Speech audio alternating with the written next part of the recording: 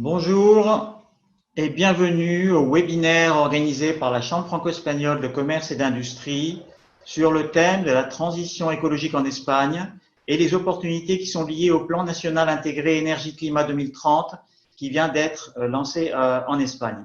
Mon nom est Bertrand Barthélémy, je suis directeur de la Chambre. La Chambre franco-espagnole de commerce et d'industrie a été créée il y a 126 ans.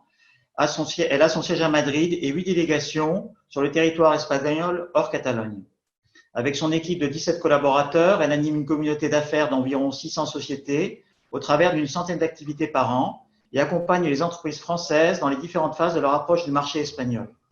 Ayant identifié un potentiel important en rapport avec la transition écologique en Espagne du fait du plan national intégré énergie-climat 2030 récemment lancé, il nous a semblé intéressant de traiter ce sujet à l'occasion du Business Booster Forum mis en place par CCI France International. À cette occasion, nous sommes appuyés sur la commission énergie et climat de la Chambre, une de nos 6 commissions, en donnant la parole à plusieurs des entreprises qui en font partie, ainsi qu'à des acteurs majeurs de la question en Espagne. Les intervenants qui nous accompagneront au cours de la table ronde qui va démarrer après mon introduction sont Ana Gil Nuño, qui est directrice générale de EDF Péninsule Ibérique et coordinatrice de la commission énergie et climat de la Chambre, qui présentera le plan national intégré énergie-climat 2030 de l'Espagne et les investissements qui sont prévus dans le cadre de celui-ci. Ensuite interviendra José Luis Muñoz, directeur général de EIT Climate Kick Spain, qui est la communauté européenne de l'innovation et de la connaissance, qui nous parlera de la transformation in time au travers de l'innovation. Il présentera quelques exemples. L'intervention de José Luis Muñoz se fera en anglais. Interviendra ensuite Marcos Lacruz, qui est président de ABASN, qui est l'association valencienne des entreprises du secteur de l'énergie. Il présentera le nouveau cadre réglementaire espagnol pour le secteur des énergies renouvelables. Son intervention sera également en anglais. Finalement, interviendront Joaquín Suescun, directeur général industrie de Suez Espagne, pour donner la vision de Suez en matière d'opportunités pour que la transition écologique soit un succès, et Daniel Fernandez Alonso, qui est directeur de gestion de l'énergie de Engie, qui donnera la vision de Engie sur la transition écologique avec quelques exemples. Le déroulé des présentations se feront les unes après les autres, d'une durée d'une dizaine de minutes chacune, et seront suivies d'un débat à la fin des 5 présentations. Maintenant, je vais céder la parole à Ana Gil Nuño, donc la directrice générale de EDF Péninsule Ibérique et coordinatrice de la commission énergie et climat de la Chambre. Ana Gil est diplômée en sciences économiques par l'Université de Saragosse et titulaire d'un master international à l'EDEC. Actuellement, elle est administratrice déléguée de EDF pour la péninsule ibérique, qui est la délégation du groupe EDF pour le développement des affaires en Espagne et au Portugal. Au préalable, Ana Gil a été administratrice déléguée de la filiale espagnole de EDF des services énergétiques pour l'industrie. Elle a une expérience de plus de 15 ans à des postes de direction chez EDF en France, avec des responsabilités de gestion d'équipe dans différents domaines du négoce et en développement de projets de génération, de fusion-acquisition et d'intégration de filiales à niveau international. Ana Gil est impliquée également dans le monde associatif franco-espagnol, comme secrétaire générale de l'association d'amitié hispano-française Dialogo, comme CCEF depuis 2016 et comme membre du club d'affaires de la Chambre et coordinatrice de sa commission énergie et climat. Ana Gil, je te cède la parole.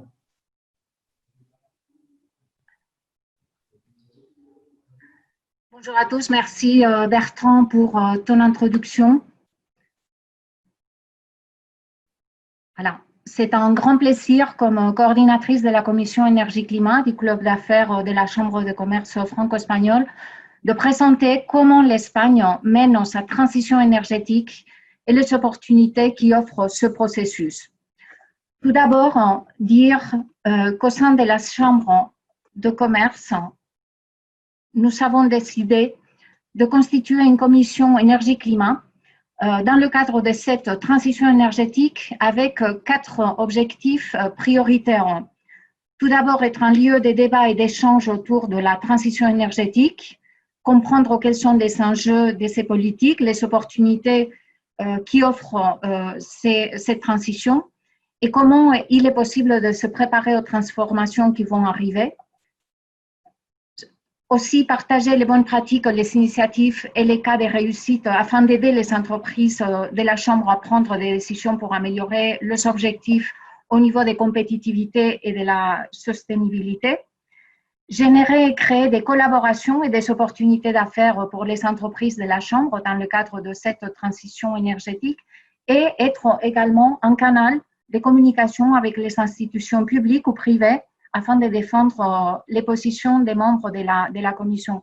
Cette commission, elle a été constituée en début d'année. Une première réunion de lancement a été réalisée fin avril 2020 de cette année et ont participé des sociétés des différents domaines d'activité, évidemment des sociétés de l'énergie, de l'oil and gas, des sociétés de services énergétiques, le secteur de l'eau, les grandes surfaces d'alimentation, les banques, des consultants, le real estate, les assurances, toutes des sociétés très impliquées, très actives dans cette transition. Aujourd'hui, nous avons 2 membres de cette commission, Engie et Suez, qui illustreront avec quelques exemples comment cette transition énergétique est en train de s'implémenter en Espagne. Alors, la transition énergétique en Espagne est évidemment très alignée avec les objectifs européens. Comme vous le savez, depuis quelques années, l'Europe a pris le leadership des politiques de lutte contre le changement climatique.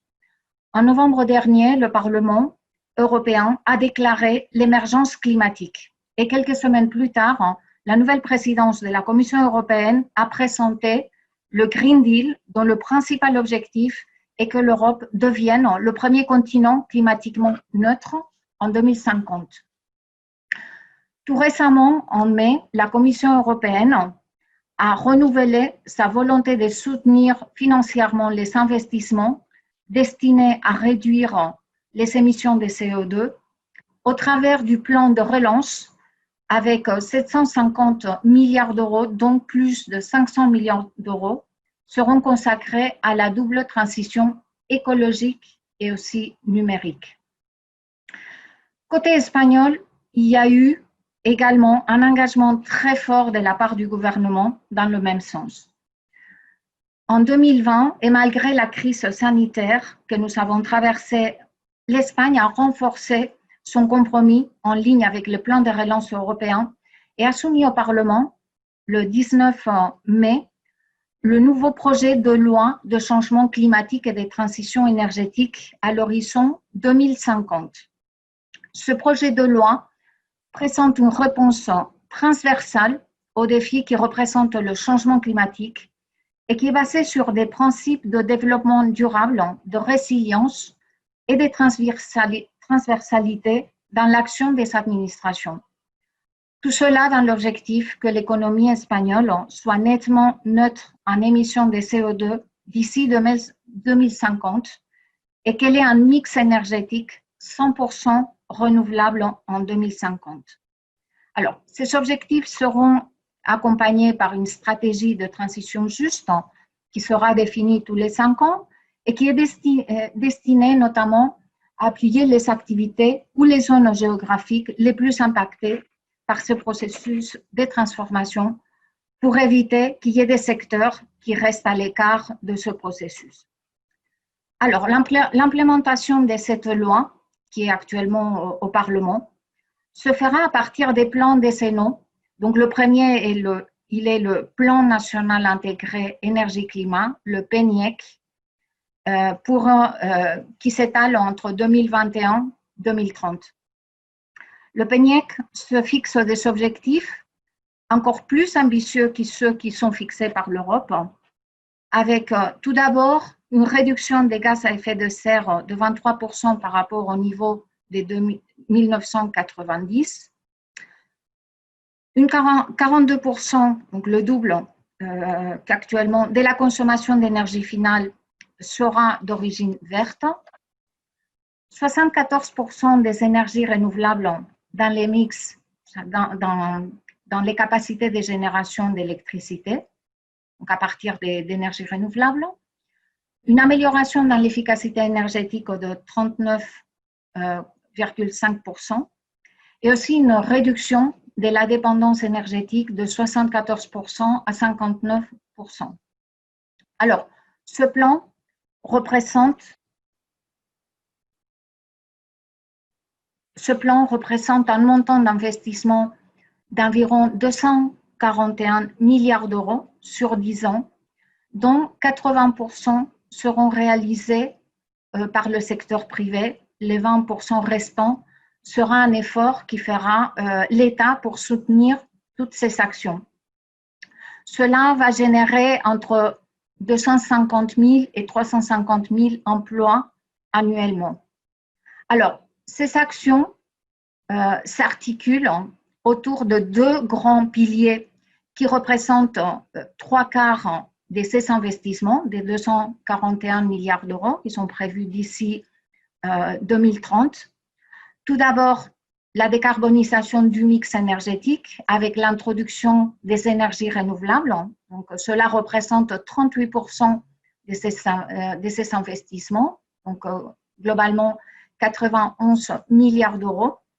Donc, l'objectif est d'arriver, actuellement la capacité installée en Espagne est d'environ 100 gigawatts et il est prévu que d'ici 2030, il y ait 160 gigawatts. Donc, ça veut dire plus de 50% de capacités installées, de nouvelles capacités installées.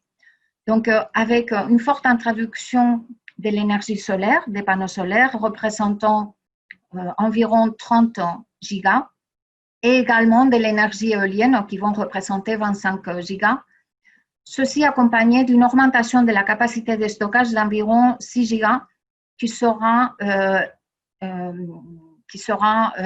composée une partie de pompage de l'eau et des batteries, donc 3,5 gigawatts et 2,5 gigawatts.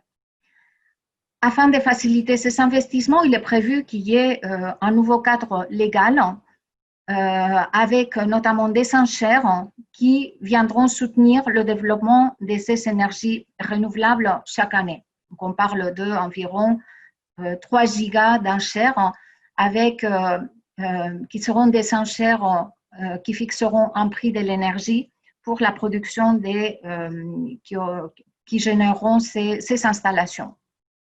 Les secteurs, d'ailleurs, réclament qu'il s'accélère, que l'implémentation de ce nouveau cadre légal soit accélérée, compte tenu également de la baisse des prix de l'énergie qui ont chuté récemment comme conséquence de la crise. En parallèle à ces investissements dans des nouvelles capacités, il est prévu également, d'ici 2025, une sortie du charbon. Il reste uniquement 5 installations encore en fonctionnement. Et en 2019, le gouvernement s'est mis d'accord sur un calendrier avec les propriétaires des centrales nucléaires pour une sortie progressive du nucléaire qui est prévue entre 2027 et 2035. Le deuxième pilier, comme on disait, de ce plan national énergie-climat, c'est l'efficacité énergétique. Les investissements représenteront environ 35% en tiers et l'équivalent de 83 milliards d'euros. Il est prévu une amélioration de l'intensité énergétique par unité de PIB, c'est-à-dire l'énergie utilisée pour produire une unité de PIB doit s'améliorer environ, doit se réduire de 3,5% de façon annuelle. Et les principales mesures de l'efficacité énergétique vont se concentrer dans l'édification, car elle est responsable d'environ un tiers des émissions de gaz à effet de serre. Dans le domaine du public, et à ce titre, il est prévu que les administrations publiques soient exemplaires et alors elles vont devoir rénover plus de 3% des surfaces des bâtiments de l'administration centrale, régionale et locale, mais aussi au niveau privé. Il est prévu d'agir sur l'isolation de plus de 1,2 million de logements sur les 10 ans, donc avec un rythme de croisière de rénovation des premières années autour de 30 000 logements, les dernières années autour de 300 000 logements par an. Ces actions pourront être soutenues et incentivées par le Fonds national d'efficacité énergétique, qui est l'instrument qui soutient toutes les actions d'efficacité énergétique en Espagne et qui a été mise en place en 2014. Sans oublier également des efforts qui continueront à être faits sur le transport et l'industrie. Alors, étant les transports l'un des principaux également générateurs d'émissions, la mobilité bas carbone fait aussi partie des objectifs et des mesures comprises dans ce plan. Il y a un fort pari dans le développement de la mobilité électrique, il est prévu que d'ici 2030, il y ait 5 millions de véhicules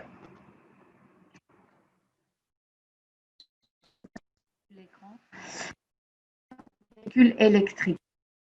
Alors, la semaine dernière a été approuvé un plan Rénové avec 250 millions d'euros et un plan MOVES, 100 millions d'euros, tous les deux qui viennent en appui de la politique de renouvellement du parc automobile afin de réduire les émissions et favoriser le rachat des voitures à faible émission. Le plan, voilà, donc ce sont des plans qui vont dans ce sens. Par ailleurs, dans le PNIEC, il est également prévu que les villes de plus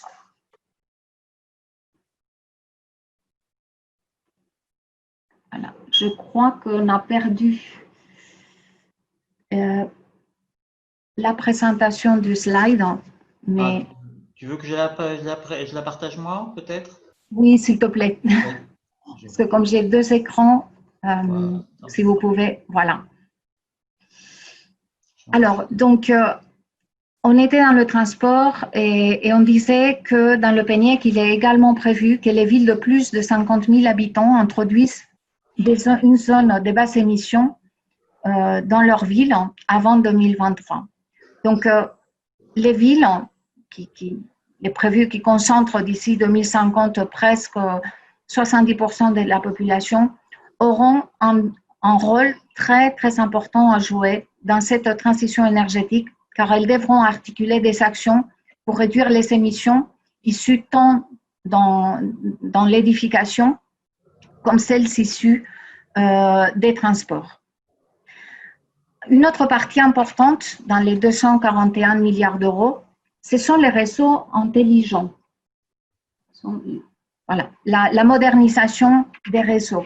Donc, cela représente 24% des investissements. En fait, nous allons passer d'un modèle qui était par définition très centralisé et linéaire, donc production, transport, distribution, consommation, à un modèle beaucoup plus décentralisé avec des consommateurs qui pourront produire leur propre électricité, l'autoconsommation. Donc, il y a un cadre, depuis l'année dernière, il y a un cadre régulatoire beaucoup plus favorable au développement de l'autoconsommation en Espagne. On a vu également qu'il y aura des nouveaux usages qui vont s'intensifier comme le véhicule électrique et il y aura également des nouveaux services comme la participation de la demande dans les services systèmes, d'une part. D'autre part, l'introduction très importante des énergies renouvelables qui sont par définition non gestionnables et intermittentes. Tout cela va faire qu'il soit nécessaire le renforcement des infrastructures des réseaux, transport et distribution, afin d'assurer la sécurité d'approvisionnement et d'assurer également l'équilibre entre l'offre et la demande. Les réseaux devront jouer un rôle plus actif au moment de garantir l'équilibre de la consommation par rapport à l'offre. Et pour cela, il sera nécessaire également d'intégrer des nouvelles installations renouvelables et aussi des nouvelles capacités de stockage. Il est également prévu dans ce plan de continuer à développer et à favoriser le développement des infrastructures d'interconnexion avec les pays voisins. Enfin, les gaz renouvelables sont également l'un des vecteurs qui vont jouer un rôle important, notamment dans la mobilité et aussi dans le stockage stationnaire, par exemple avec le hydrogène d'origine verte, c'est-à-dire qui sera produit à partir des énergies renouvelables. Alors, l'innovation, l'Espagne souhaite devenir un pays leader dans la transition énergétique et à ce titre, poursuivre l'investissement dans toutes les activités de recherche et développement dans les 4 axes principaux qui sont l'efficacité énergétique, bien entendu, les technologies renouvelables, la flexibilité et l'optimisation du système énergétique au travers des technologies qui apportent la flexibilité au système, le véhicule électrique. Et José Luis Muñoz illustrera avec quelques exemples des initiatives qui sont en cours de développement. En résumé, donc il y a en ce moment une volonté politique, tant au niveau européen comme au niveau national, qui est maintenue, réaffirmée avec un soutien financier confirmé par le plan de relance européen. Il y a également une volonté de la part des acteurs du secteur pour accélérer les investissements dans le domaine des énergies renouvelables, notamment l'efficacité énergétique, à condition que le cadre local soit stable et prédictible. Donc, pour une fois, il y a une volonté politique et du secteur, les volontés sont alignées. Il y a également, au niveau social, une sensibilisation qui a augmenté avec la crise qu'on a traversée et le besoin, donc le besoin d'agir pour préserver la planète et le retour en croissance, mais sans CO2, et des domaines très divers et variés, l'efficacité énergétique, la mobilité, les renouvelables, les gaz d'origine verte, l'électrification, les réseaux, l'agrégation, le stockage, qui multiplient les possibilités pour développer de nouvelles activités en Espagne et qui font de l'Espagne un pays d'opportunités, un pays attractif pour des investisseurs et des sociétés qui aient une expérience ou un savoir-faire dans ces domaines.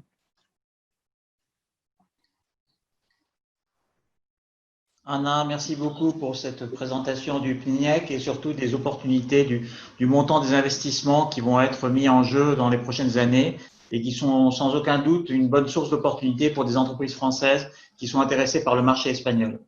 Je vais céder la parole maintenant à José Luis Muñoz, qui est le directeur général de EIT Climate Quick Spain. Alors, José Luis Muñoz est directeur de EIT Climate Quick Spain, qui est la communauté européenne de l'innovation et de la connaissance, et il est président également du groupe espagnol de communauté de connaissance et d'innovation de EIT, qui est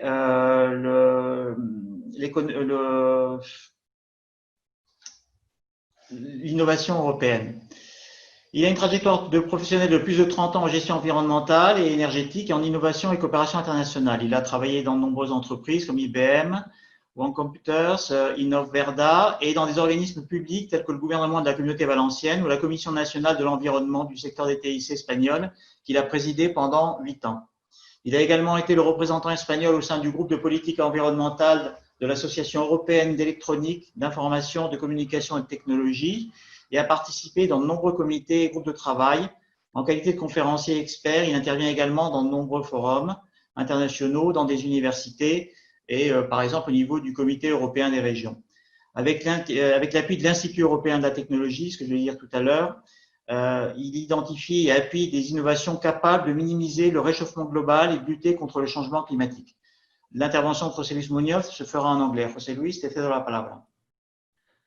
Bonjour and good morning. I would like to say thank you very much for the organization for has this opportunity to share with all of you what we are doing and opportunities that we have here in Spain. Let me to share the screen.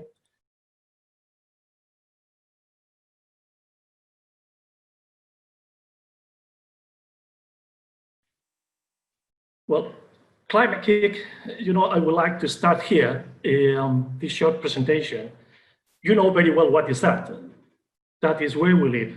This is our home. The challenge we have now is a global challenge. And this requires the action from all of us. And this requires also the coordinate action for all the countries and all the actors. And that's why what I'm going to say today about what we are doing on Climate Kick and what we need to do together. What is Climate Kick? Climate Kick is the knowledge and innovation community from the European Union. The mission is to transform all the talent and knowledge of Europe to products and services. For what? For tackle climate change. And we work in what we call systemic innovation. And this is what we need for such a transformation.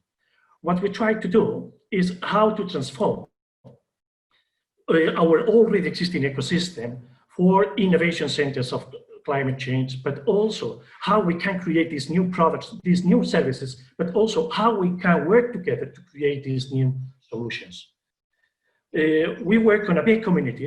This community is formed with big corporates, also startups, universities, research centers, but also public bodies. This is national, regional, local, but also all the actors working together for trying to find these kind of solutions. This is an example of partners, and you can see here many partners for the network of excellence in Europe and what we are doing for such as pyramid of innovation of knowledge. What we have been done during many years has been good. We have created quite a lot of, well, we have created thousands of experts, projects, companies, startups, but you know, this has not been enough. That's why during the last 2 years we have changed, and we recognize that we need a new kind of innovation if we wanted to create such as a systemic change. That's why we were working on such a transformation of our model of innovation, looking for such a systemic innovation, for creating this new model of working with portfolio of different initiatives that are linked, interconnected, supporting one to the other, but at the same time, working as a network, creating a collective intelligence to tackle these complex projects, these complex situations, and these complex challenges that we have. This is what we have called this transformation in time strategy, and we have been working in our theory of change in 12 objectives. As you can see here, we organize in 3 main areas of action. One are cities, and what is climate, what this means climate for the future of cities, and what we need to do, and what will be the transformation of our cities in Europe. Then also is the territory, and also this is linking with agriculture, forestry, and new food systems.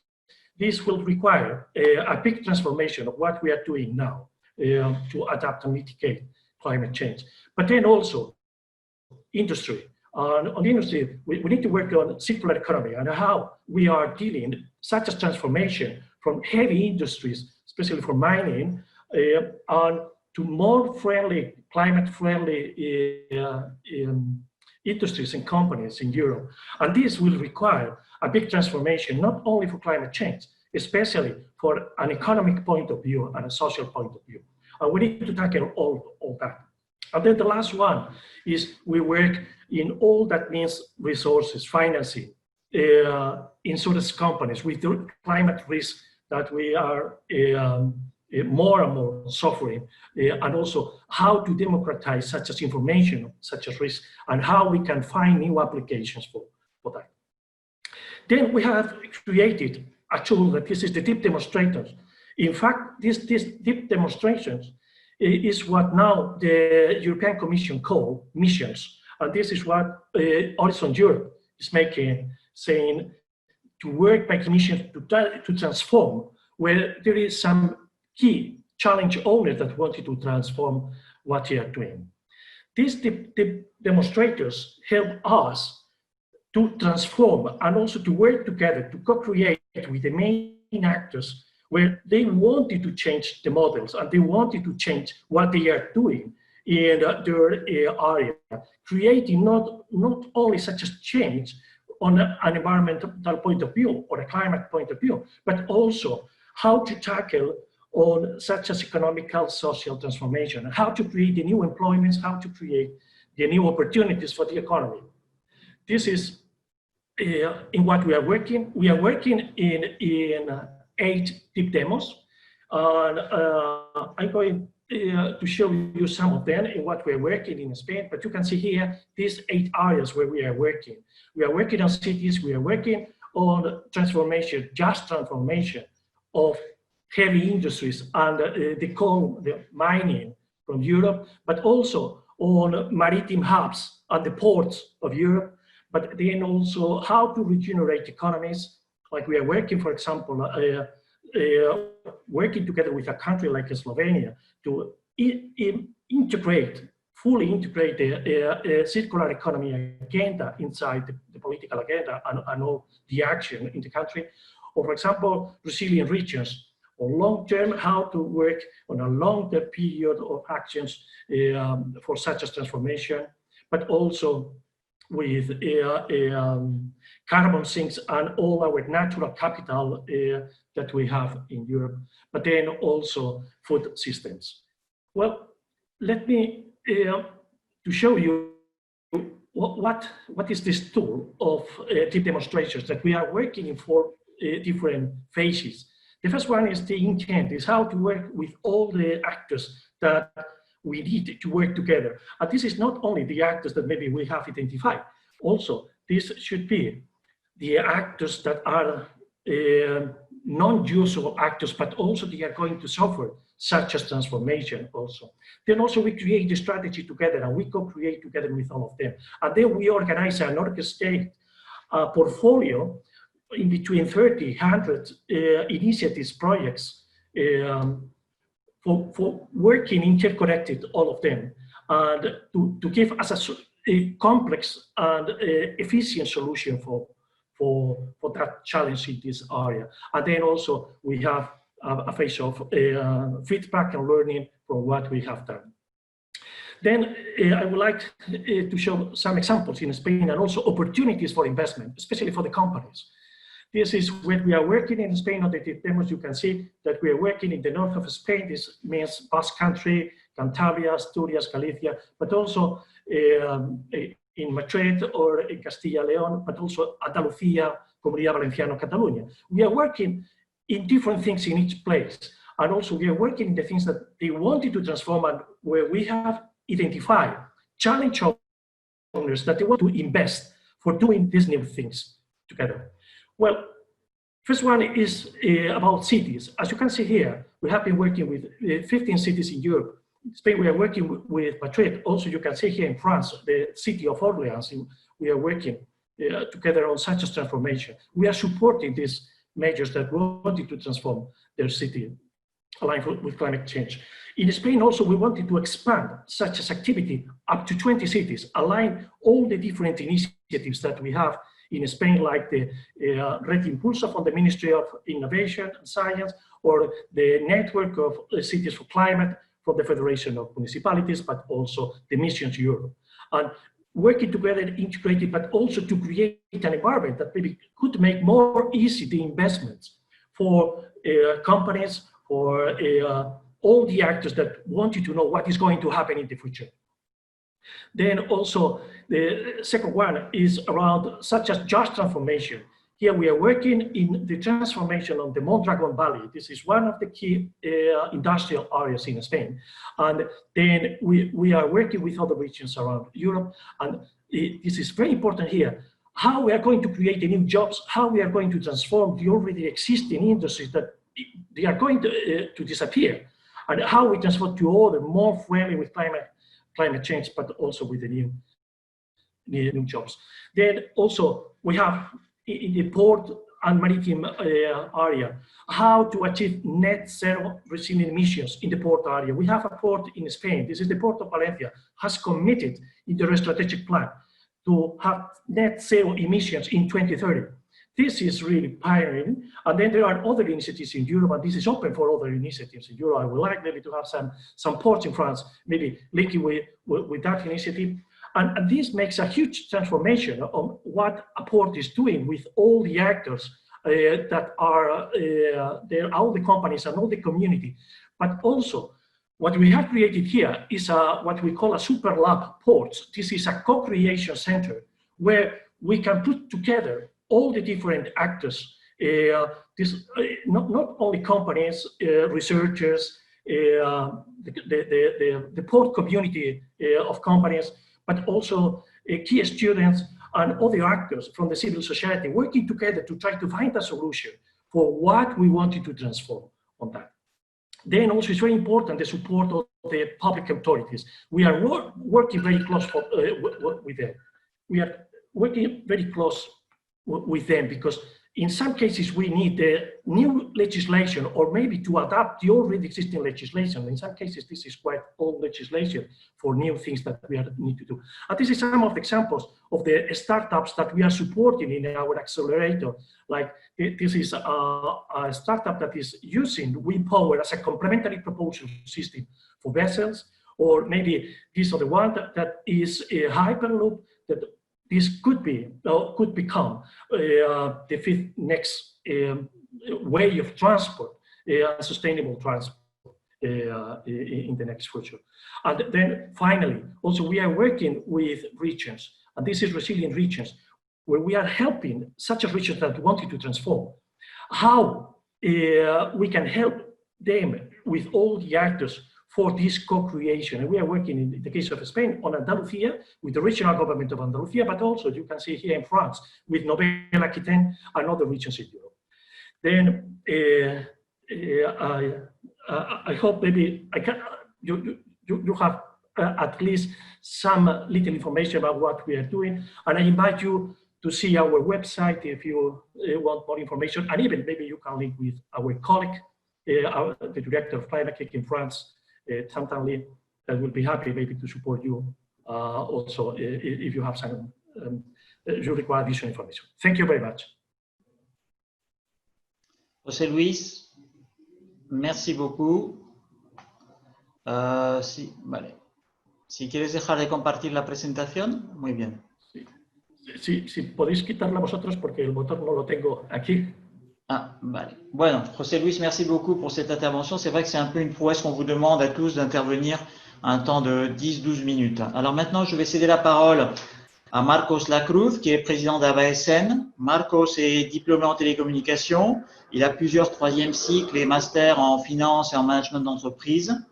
Il a été par ailleurs lié aux énergies renouvelables dès le début de sa carrière professionnelle, en particulier avec des projets dans le domaine photovoltaïque et éolien, ayant fondé le premier parc éolien de la communauté valencienne en 1999. Depuis 2016, il préside l'Association valencienne des entreprises du secteur de l'énergie, qui est la patronale valencienne du secteur énergétique, dont la mission est de promouvoir et favoriser l'utilisation rationnelle et durable de l'énergie. AVASN regroupe à l'heure actuelle 160 entreprises associées, collabore avec 53 mairies, plusieurs instituts technologiques et des universités de communauté valencienne, et a été reconnu par l'Union européenne comme un cluster européen d'excellence.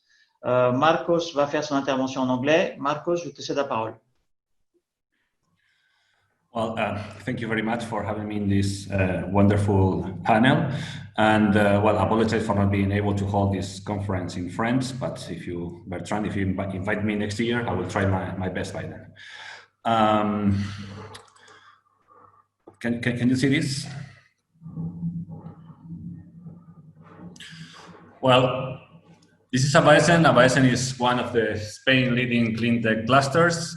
We represent 160 businesses. It's around the 80% of the sector here in the Mediterranean region, with it's around 6,000 green jobs in total amount. We are well, a cluster that involves and works with companies, with town halls, with well, we are quite tied to the European initiatives, and we are proud members, of course, of Climate Kick. And we have helped to around 100 companies to get internationalized. And well, what we do also is try to get the best from the government with the legalization of renewable energies. This is one of our initiatives. This think tank Smart City has been granted like one of the best initiatives in Europe. It's one of the biggest think tank cities in Europe, and it brings together more than 100 municipalities. And what we try to do is get to the citizens the best of innovation, clean tech energy, wider cycle, and well, try to improve the living of the people with the innovative initiatives in collaboration with our companies. We have been also granted with some European awards, like the European Cluster of the Manager of the Year. It was our director, Bianca Dragomir, from 16 to the 18th. And we have been also granted with the Best European Project with Energy and Water. It was one of our projects, and Best Cluster in 2016 as well. And also we are advisors to the European Commissioner for Industry. We have been playing a key role in the final report of the Industry 2030. This is a brief of what the association does, right? But now I'm here to talk about the legal aspects of the Spanish renewable market. Well, it's a wide field, and I would like to focus on three main topics. What regards grid-connected plants with self-consumption, and we have there some news. And we'll try to talk about what we expect from the Spanish market in terms of legal issues and what's going to happen in the future.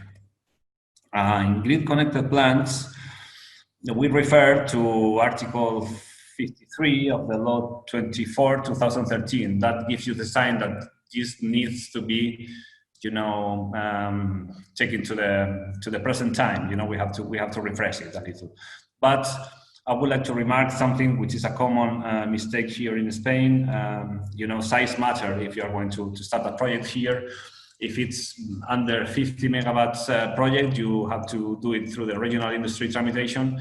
And if it's above, it should be through the ministry tramitation. It's a different kind of, doing things here. And first you have to know exactly what you want to do, because this can, affect the lifetime of your project. Which is very important is that if your project is below 50 megawatts, but affects two different regions, like you have the plot here, but the substation in another region, and then you go anyway through the ministry tramitation. The permitting required nowadays in terms of industry, you need three main authorizations, which is the administrative, the execution project, and the operating permit. Then you make it legal, you start to construct it, and then you start to operate it. And of course, you also need to go through an environmental process, which, depending on where you are, you have to meet local requirements, which can be, from easy to very hard. That's something that you have to take into consideration. In this slide, well, this is like a wide flow of the tramitations you have to go through. I'm not going to talk about it all, but I would like to remark some of the problems we have detected here as an association, and that we expect, and we are working hard for the new laws to come to make it easier. Well, this thing here is the bond. You have to put a grid bond of 40,000 K per megawatt. Well, this was like, a first step, to detect if you really want to go with the project or not. But this has, result as nothing. This has not been a problem, as many funds have, gone into the substation and taken place on it by putting money on the table. So this is something we have to take under consideration. And here, this will be all the connection point tramitation. Here is where the electrical company, the electrical transportation company, Red Eléctrica, grants you the final permit for having the evacuation for your project. Here, it should be this should be a time that shouldn't exceed like 2 months in the ideal world. But as we have been having so many demands for evacuation, this has become a problem, and there are some knots that they have like 1 year, time for them to be solved. And this is a problem that we really need to take into consideration. In terms of urbanistic tramitation, there are many town halls that they haven't still put into the present, their urbanistic plans, They were made like 10 years ago, and they didn't take into consideration, you know, the new reality, of course, of the green energies. So even if the municipality wants to give you the permitting for installing your project in that plot, maybe they can't because their law does not allow it, right? So we should do something here, because for them to change their urbanistic system, they will need like around 1 year. So if you have that, if you are lucky to be in a place that has, you know, the urbanistic plan, you know, okay, then it will take only like, I don't know, 1 month. But if not, then it may take you one year. And the other key issue is the environmental aspects of the projects. Here, well, even it's different if you have a wind power farm than a solar farm, you know, because solar farms, they only take 1 or 2 meters high at most from the ground. So environmental studies should be quicker than they are really being these days, right? So here, I think we have also something we should work. So this was meant for be like, I don't know, like 1.5 years when it was conceived at first, but now it's sometimes it can take you at the worst like 3 or even 4 years. And well, if we are having this ambitious plan, like Anna said at the beginning, we cannot, you know, have this complex administration. So this is a brief of what we have now in wind plants. This is the problems, then we will see the solutions in 2 slides. But in terms of self-consumption, I am proud to say that we have one, well, maybe not the best, but one of the best legal frames in Europe. Nowadays, in self-consumption, you can go to industrial, and then it can be a standalone. And for a standalone, you have to do almost nothing, just communicate to industry that you are going to do the project, and you know there are no big tramitations to be made. But if you go for the sale of your surplus, which is really interesting, then you will need grid permission, and then it's a process. It's not as hard as the one we have seen previously, but you know that's something that we are working for make it a little bit softer, and you will get back the pool price. You can have a better deal with the distribution company, but you know on average you will get the pool price for your surplus, for your excedents. And self-consumption in residential, it can be standalone, which is really easy. And if it's even 50 kilowatts, it's, I don't know, it's so quick. And of course, you can also go for the sale of your surplus for residential. This is quite interesting. For that, you don't need any grid permission. And what you will get back is not the pool price, but an invoice balance, which is really interesting because it will be much higher than the pool price. That means that next month you will get compensated for what you have been selling as surplus, you know, the previous month. So I think it's quite interesting. And we have a new model, which is shared self-consumption. It says that from the same plot, many consumers can take the energy from it, you know, and then they have to make balances. And while it's sort of complicated, you know, making a perfect balance, but it's quite interesting for, you know, communities that they don't have maybe the land, one of them, but you know, you can share it with it. So this is very important, even for electrical communities, small electrical communities. So this around more or less what we have nowadays. But what is going to happen? What the future is going to be in terms of legal and tramitation issues here in Spain? Well, we are, as an association, we are fighting for a new royal decree that will, fix the problems that we have seen a while ago. I think maybe today we will have some news about this, because I don't know how I'm feeling that maybe today the ministry is going to say, or even a brief of it, or maybe the royal decree itself. Maybe, I don't know. What we are expecting, of course, it's a quicker tramitation because we cannot take this long. You know, if we want to meet the neutral carbon by 2050. Of course, we need more grid capacity. And only, and we will see it in a while, reliable projects to have that capacity, you know, because I think there has been some sort of a bubble of, you know, funds that only put in bonds on the table. They have been taken, you know, pieces of the capacity and don't let in reliable projects to be made.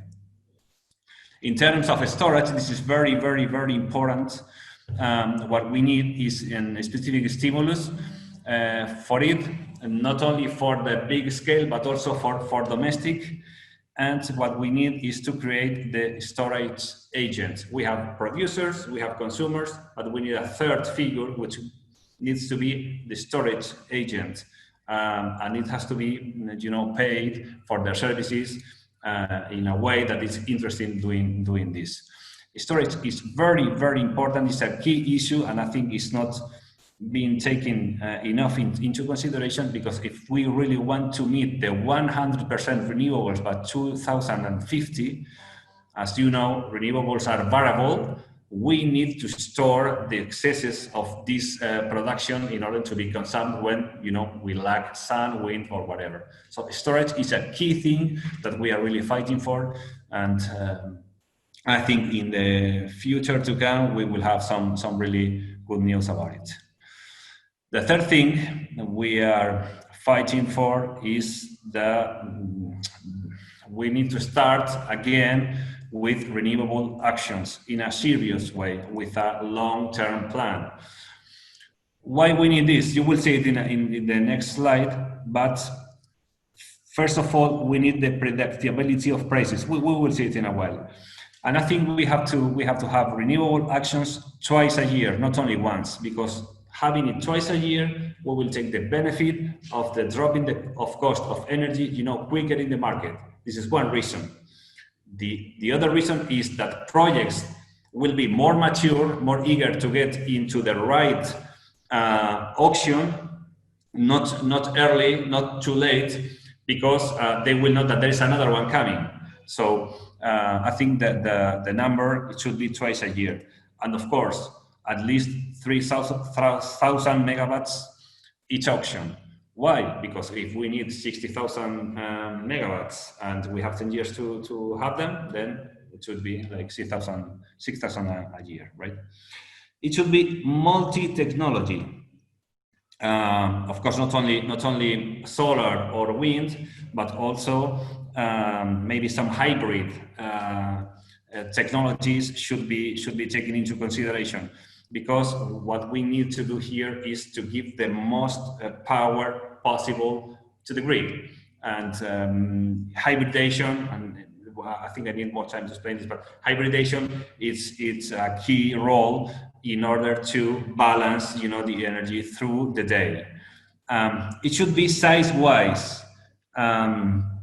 It's not the same 500 megawatts project for solar than a small 5 megawatts project made by a local community. Both are solar, both are grid plants, but they shouldn't have to compete, because they have some different ups and downs, and you know, the small plant can also be benefit for in terms of no losses, and in terms, of course, of an equity of wealth, you know, in the community.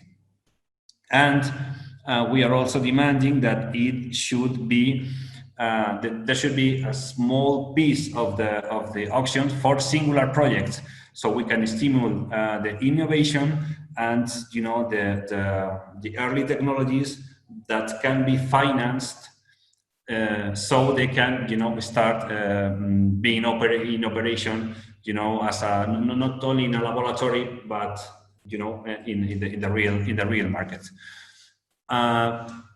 For what I can say is, I think those three things will be soon contemplated into the Spanish law.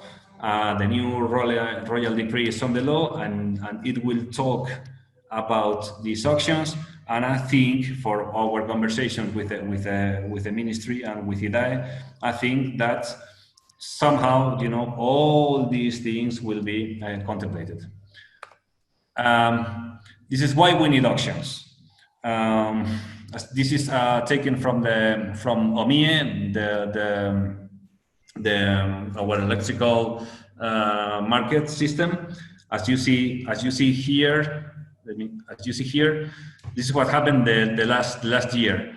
So if you are going to finance a project, you go to the bank and say, well, have you seen this? Well, have you seen this is the accurate? So my calculation of the price will be around 40. But of course, the people in the bank, that they are very clever people, they say, well, you had a 0 here, you had like 3 here. So why should I take this into consideration and not this flat here? So the result of the market, even in this is the COVID timing, has dropped the prices, and of course this is unnatural. You know, the market is not reflecting the real cost of technology, and this is being a problem for the financing of the plants. And if there is no finance, there is no plants, and if there is no plants, of course the goal that Anna said at the beginning cannot be reached, right? So we have to think about it. I'm finishing, and this is the results of the Red Eléctrica. We have been, you know, what we have in operation in solar and wind is 34 gigawatts, but they are in study with granted permission 150. This is what I was saying about speculation. You know, these cannot be reliable projects. Joaquín, un minuto, perdona. For all this, so I think the auctions should also and the royal decree should also take this into consideration. And for this is the last one. This is what we are expecting, creating more than 200,000 green jobs and 250 billion in investment by, you know, having this increase in renewable energies, both solar and wind power. So I think this is a big opportunity, and I hardly encourage all of you to help us to make this dream come true. So thank you very much. Merci beaucoup, Marcos. Merci pour cette intervention et encore ce tour de force. Donc maintenant, nous allons passer au volet entreprise, avec donc 2 témoignages d'entreprises françaises présentes en Espagne qui appartiennent toutes les 2 au club d'affaires de la Chambre. D'une part, je vais céder la parole à Joaquín Suescun, directeur général industrie de Suez Espagne. Joaquín est docteur ingénieur par l'école d'ingénieurs industriels de l'Université de Navarre. Il a 27 ans d'expérience dans le secteur, dans des entreprises qui vont avoir donc dans le secteur de l'eau et dans différents postes en R&D, en ingénierie, en développement d'affaires et en direction technique et en gérance. Il a tout d'abord initié sa carrière pendant 6 ans au Centre d'études et de recherche technique de Guipúzcoa, en participant dans différents projets de R&D et en se spécialisant dans le traitement des eaux résiduelles. Ensuite, il s'est incorporé à Cadagua, qui appartient au groupe Ferrovial, et où pendant 6 ans et demi, il a participé et dirigé différents projets de recherche et d'innovation. En 2005, il est entré chez Veolia Agua comme directeur de développement pendant 4 ans. Et en 2009, il y a assumé la direction commerciale des exploitations, étant par ailleurs coordinateur technique pour l'Espagne de la direction technique Europe du groupe. Finalement, depuis 2016, il a rejoint Suez Espagne avec l'objectif de faire croître l'activité de service à l'industrie du groupe Agbar. Et depuis 2017, il est directeur général industriel de Suez. Il est membre de la Chambre depuis de nombreuses années et du club d'affaires de la Chambre depuis 2009. Joaquín, la palabra es tuya. Merci Bertrand, ça m'écoute bien C'est parfait, oui. C'est bien. C'est parfait, parfait. OK, parfait. Donc, merci beaucoup Bertrand. Merci à la Chambre pour cette invitation. Et je vais essayer d'être rapide pour le temps qu'on a. Simplement, je pense que bien que le groupe Suez n'ait pas besoin d'une présentation dans un environnement comme la Chambre, je souhaitais montrer ces chiffres pour souligner, on va dire que Suez, c'est une entreprise de services environnementaux et que les chiffres d'affaires sont toujours accompagnés des indicateurs de performance dans ce domaine. Donc, nous ouvrons un accès aux services essentiels de l'environnement pour tous, nous fournissons un eau de qualité, adapté à chaque usage, tout à fait c'est bien commun, nous valorisons les eaux usées et les déchets pour les transformer en nouvelles ressources.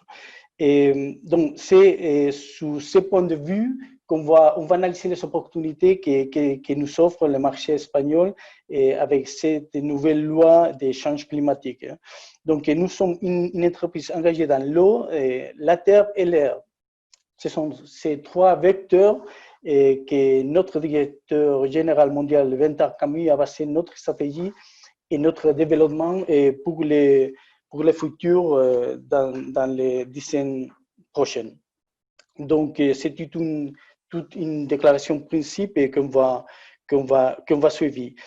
Donc, jusqu'ici, les points publicitaires, on va passer à les opportunités. Donc,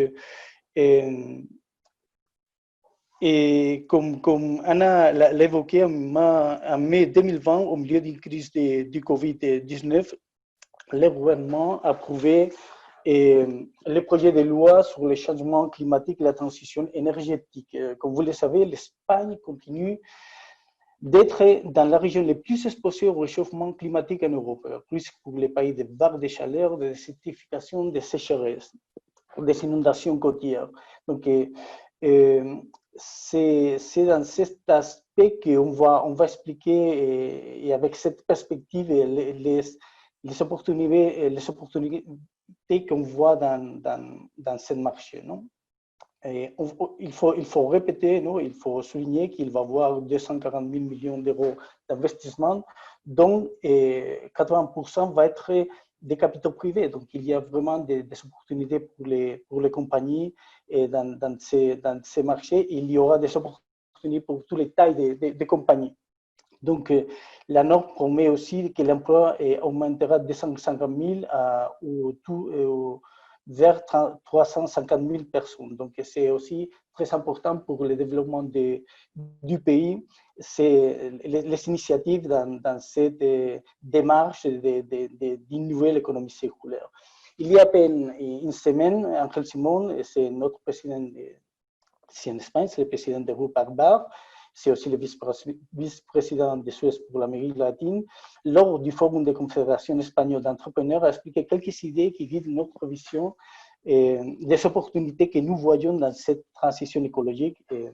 Et j'ai remarqué les plus importants qu'on voit d'accord à trois axes très importants pour nous dans les pays, comme sont la santé, la transition écologique et la numérisation, c'est-à-dire les pouvoirs du numérique.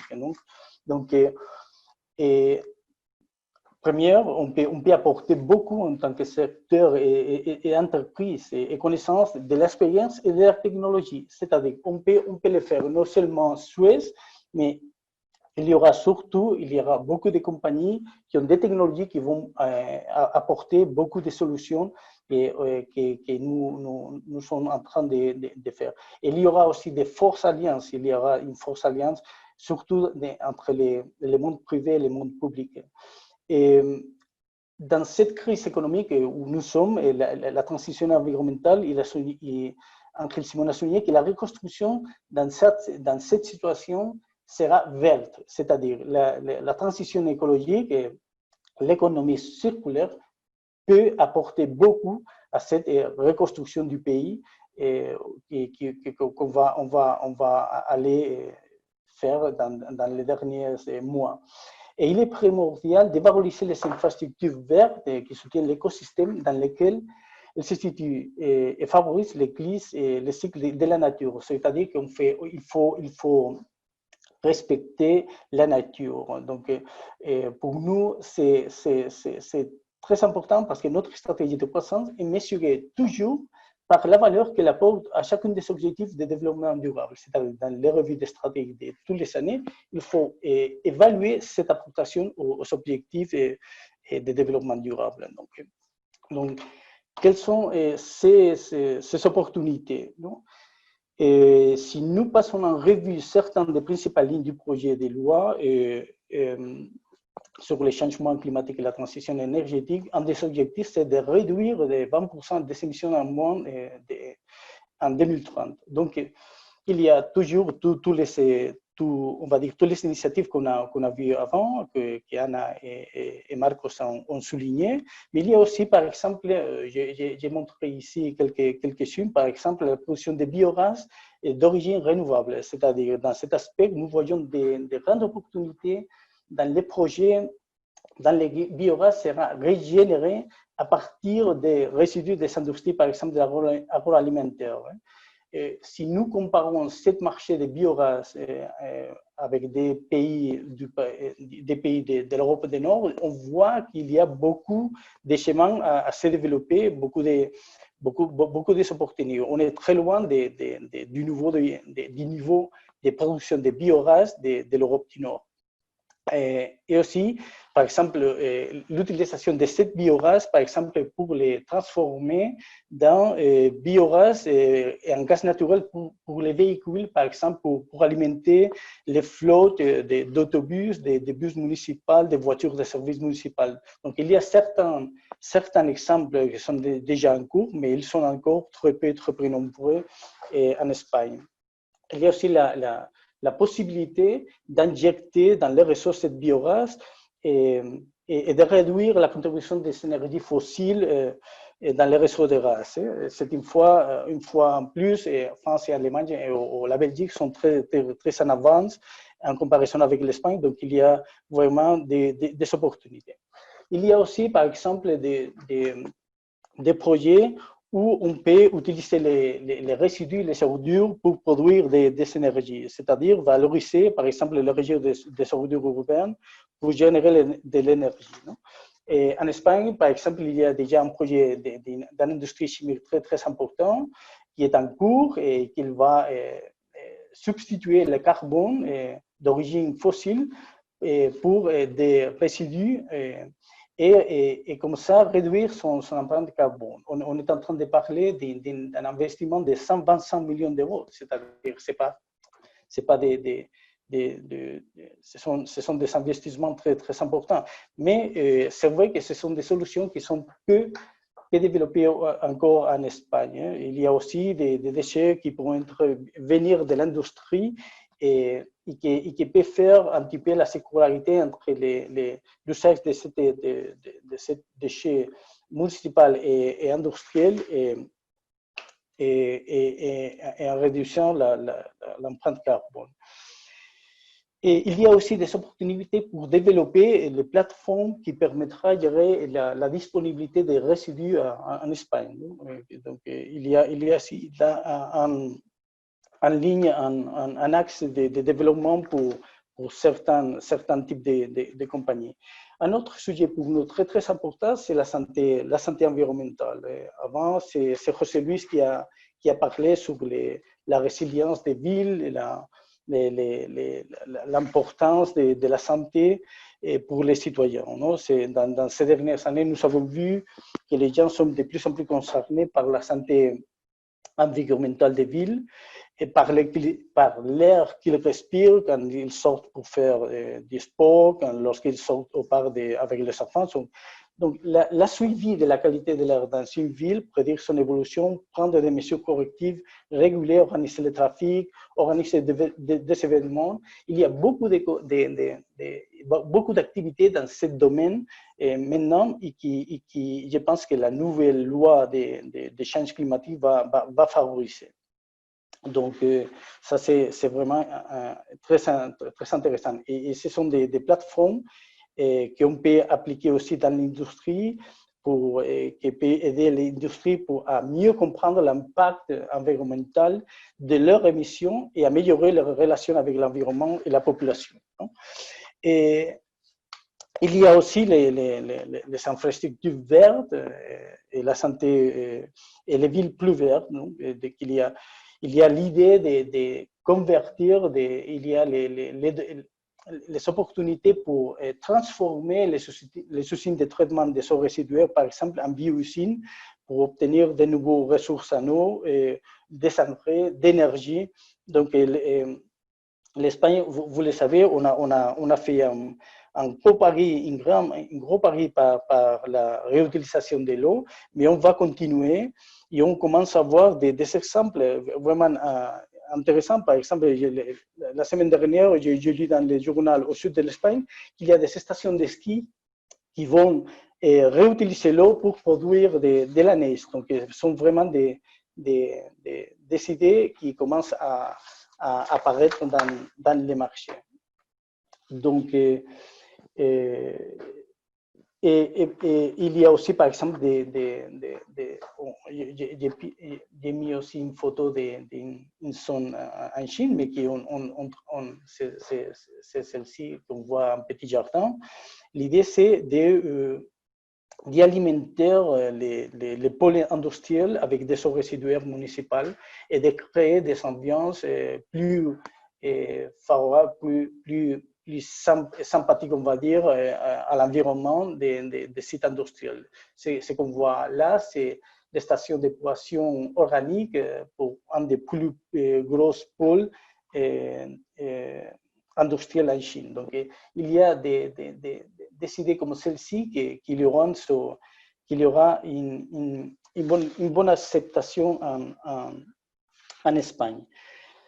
Et simplement, comme je voudrais finir pour expliquer un petit peu le concept d'Inapsys qu'on a développé ici chez nous en Espagne et qui traite un petit peu ce concept de centre de co-création des solutions qui a évoqué José Luis. D'Inapsys, c'est un espace de référence suisse pour le développement, le lancement des projets liés au changement climatique et au tourisme intelligent. Donc maintenant, celle-ci, c'est la première qu'on a mis en marche il y a 3 ans en communauté valencienne, mais on a déjà 4 centres supplémentaires dans toute l'Espagne. Qu'est-ce qu'on fait avec ce type de centres de co-création? C'est une plateforme de services, bien sûr, mais c'est aussi un endroit pour parler plus directement avec les territoires, les citoyens, et comme ça développer une économie locale et plus proche aux citoyens.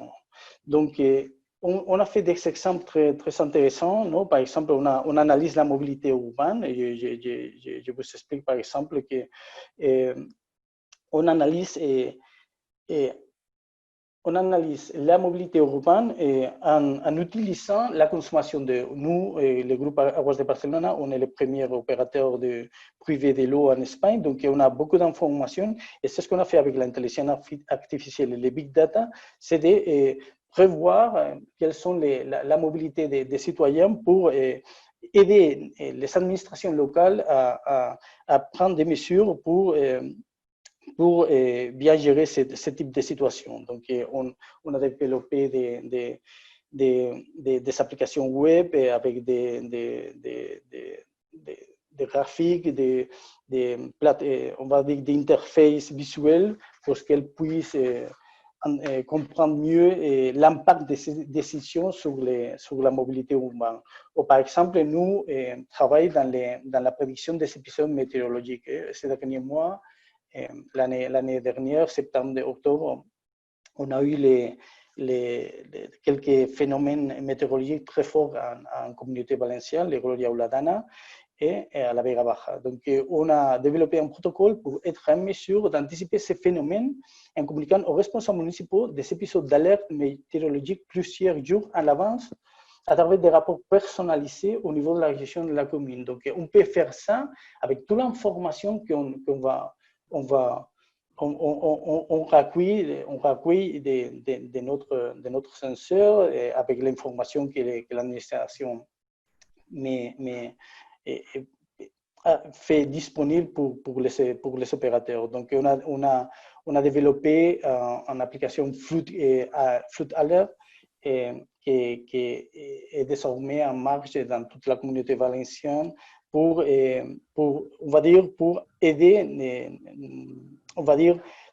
pour offrir toute l'information au municipio, aux mairies, à la ville, et comme ça, anticiper les processus de décision avant une éventuelle urgence. Donc, ce sont des exemples qu'on voit que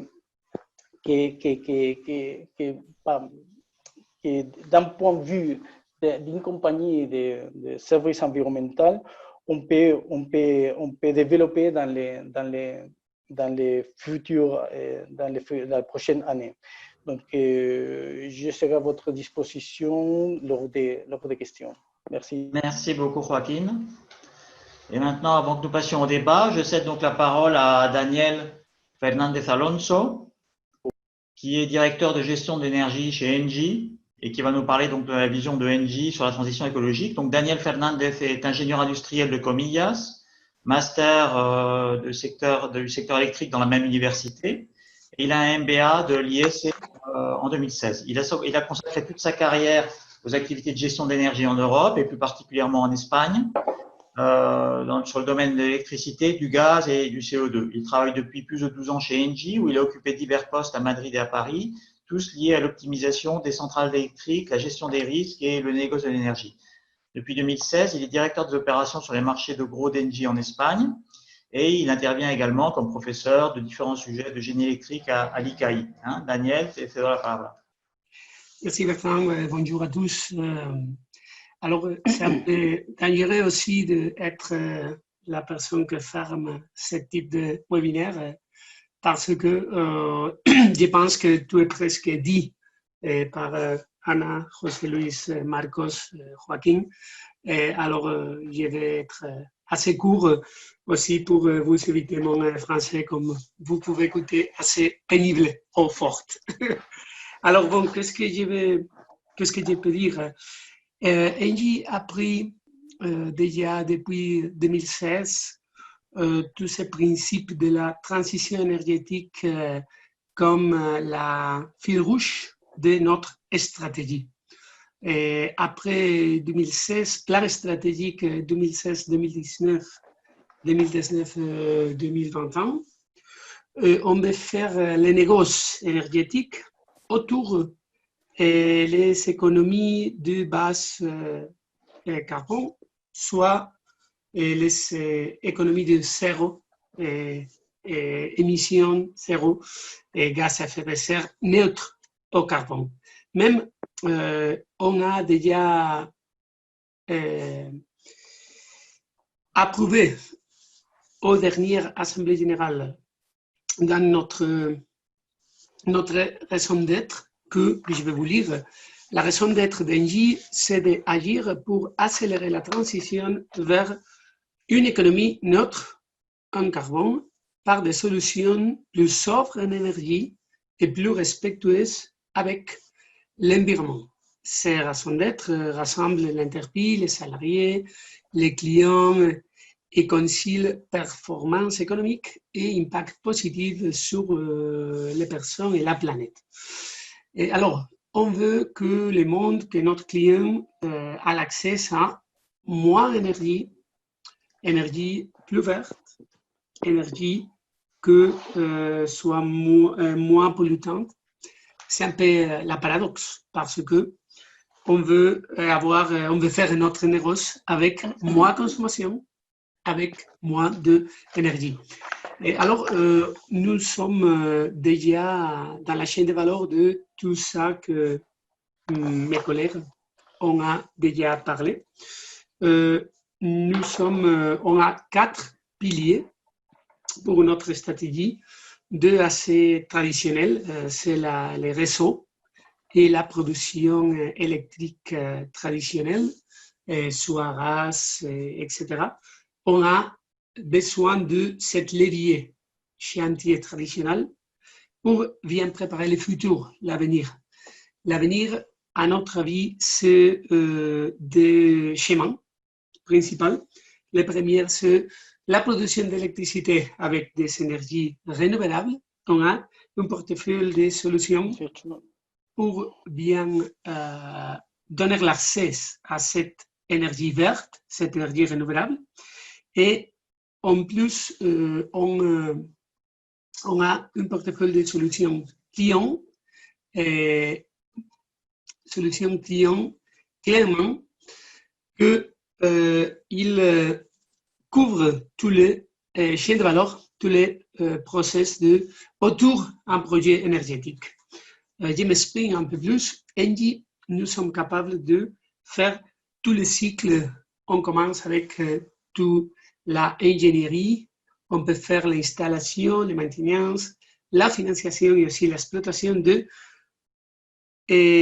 quelques projets de production énergétique, soit à niveau industriel, soit échelle individuelle, échelle domestique, échelle industrielle, grande échelle, si on pense les grands parcs éoliens ou parcs photovoltaïques. Alors, on va être un utility un peu différent pour tout ça que je viens de dire. Alors, on veut être dans les cycle global de la production d'énergie. Cet cycle, vous pouvez penser d'une façon la plus grande que vous voulez. Même aussi, on va être là-bas pour aider à la financiation des projets renouvelables. Et on va être les leaders dans cette économie neutre à carbone, économie basse à carbone. Et on va être, on peut dire, les architectes clés de solutions énergétiques compliquées, difficiles. Alors, on peut dire que le plus compliqué le besoin d'un client, le plus de valeur ajoutée que Engie peut donner dans ce contexte de transition énergétique. On a deux projets qui sont très bien reconnus à l'intérieur du groupe. Ici en Espagne, on appelle ce projet le projet Goya et le projet Seneca. Le projet Goya, c'est un parc éolien 300 MW chez Aragon. Et là-bas, on a fait plusieurs choses, plusieurs chantiers dans le projet. On a fait en plupart de l'ingénierie de ce parc éolien. On fait l'exploitation, la gestion de l'énergie, la gestion des risques.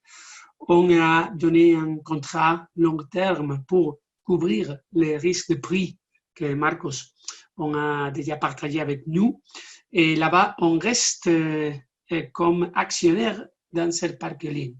Alors là-bas, vous avez un exemple très clair de tout ce que Engie peut faire quand on parle avec énergie renouvelable. On peut être actionnaire, on peut faire la financiation de projet, on peut faire l'ingénierie, on peut faire la gestion du risque du marché, la gestion d'énergie d'un projet éolien.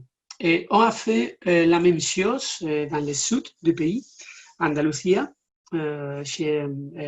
côté Córdoba, dans un projet qui s'appelle Seneca. C'est un peu la même chose qu'on a fait pour Goya, mais en échelle photovoltaïque, 50 MW.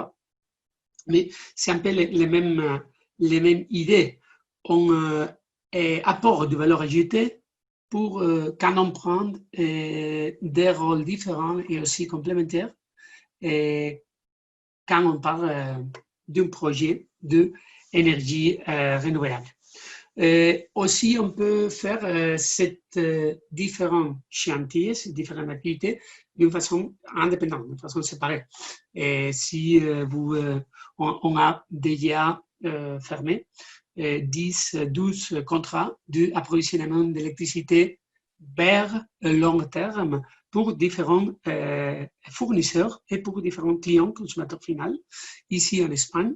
Et bon, ce type de contrat, qui s'appelle contrat PPA, Power Purchase Agreement, ils sont utiles, concrets, clés pour bien faire la transition énergétique, pour bien donner l'accès à une énergie, comme j'ai dit,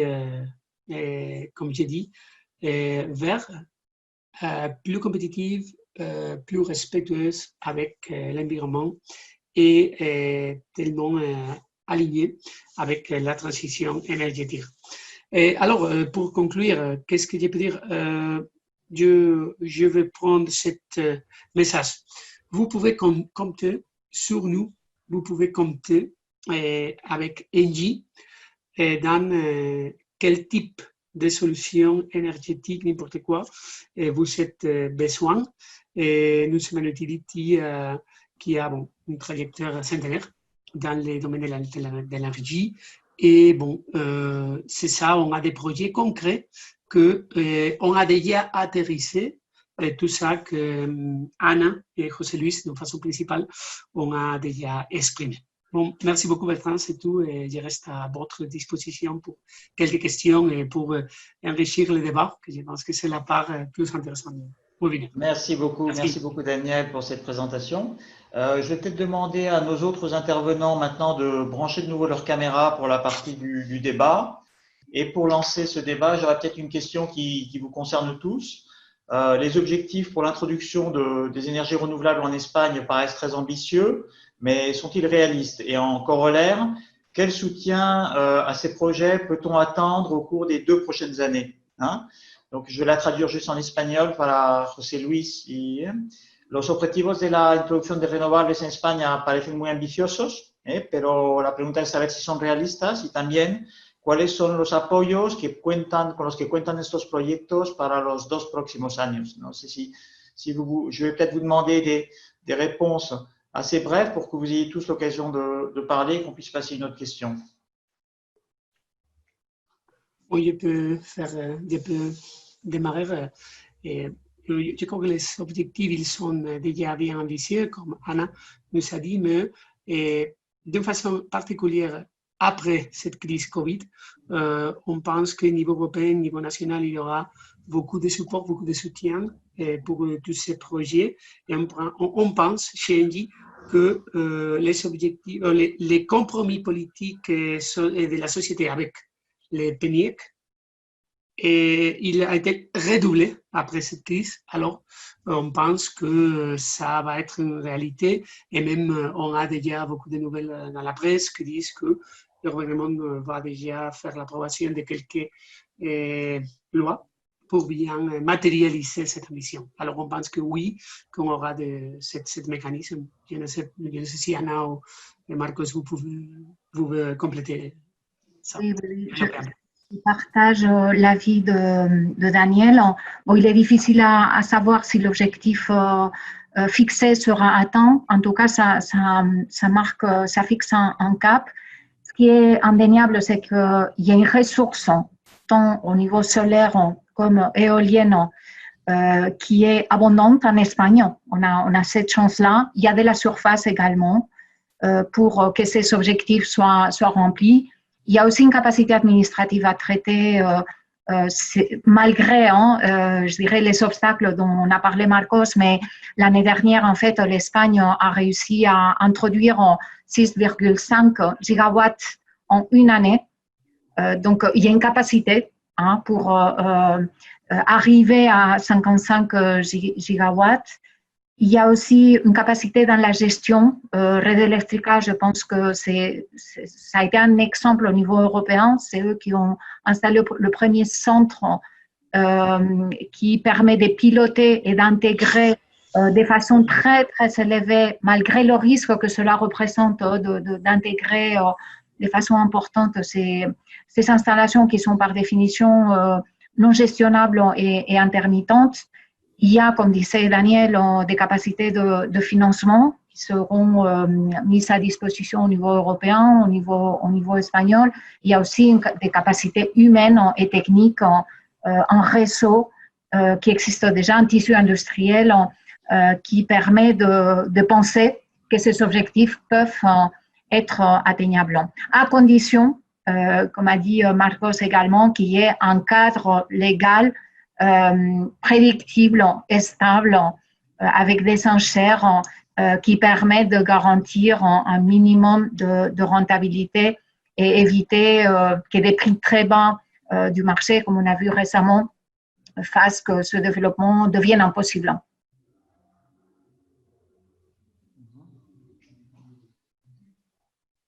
Joaquín, José Luis, Marcos, no sé si queréis, je ne sais pas si vous voulez ajouter quelque chose. Non, je pense que je partage l'avis de mes collègues. Donc, d'accord. What I would like maybe to say is that this is like a tendency. You know, this is the way where we are going. That's why maybe this is going to happen. You know, there are all the variables that maybe can influence here, but more and more people wants to have such kind of energy. You know, and what we see, when we are dealing with the different cities, the majors, they wanted to transform. And this is a key element for them in what they are doing.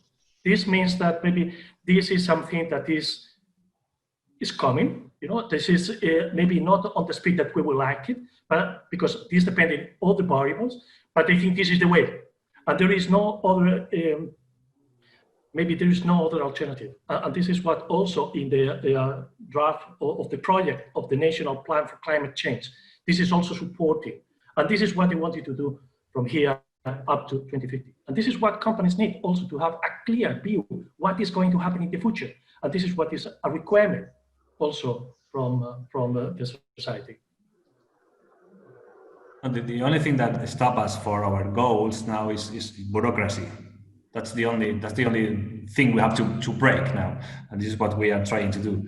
You know, Spain has been the European country that has installed the most of renewables, as Anna said, in both grid connected and self-consumption, and the sixth country in the world.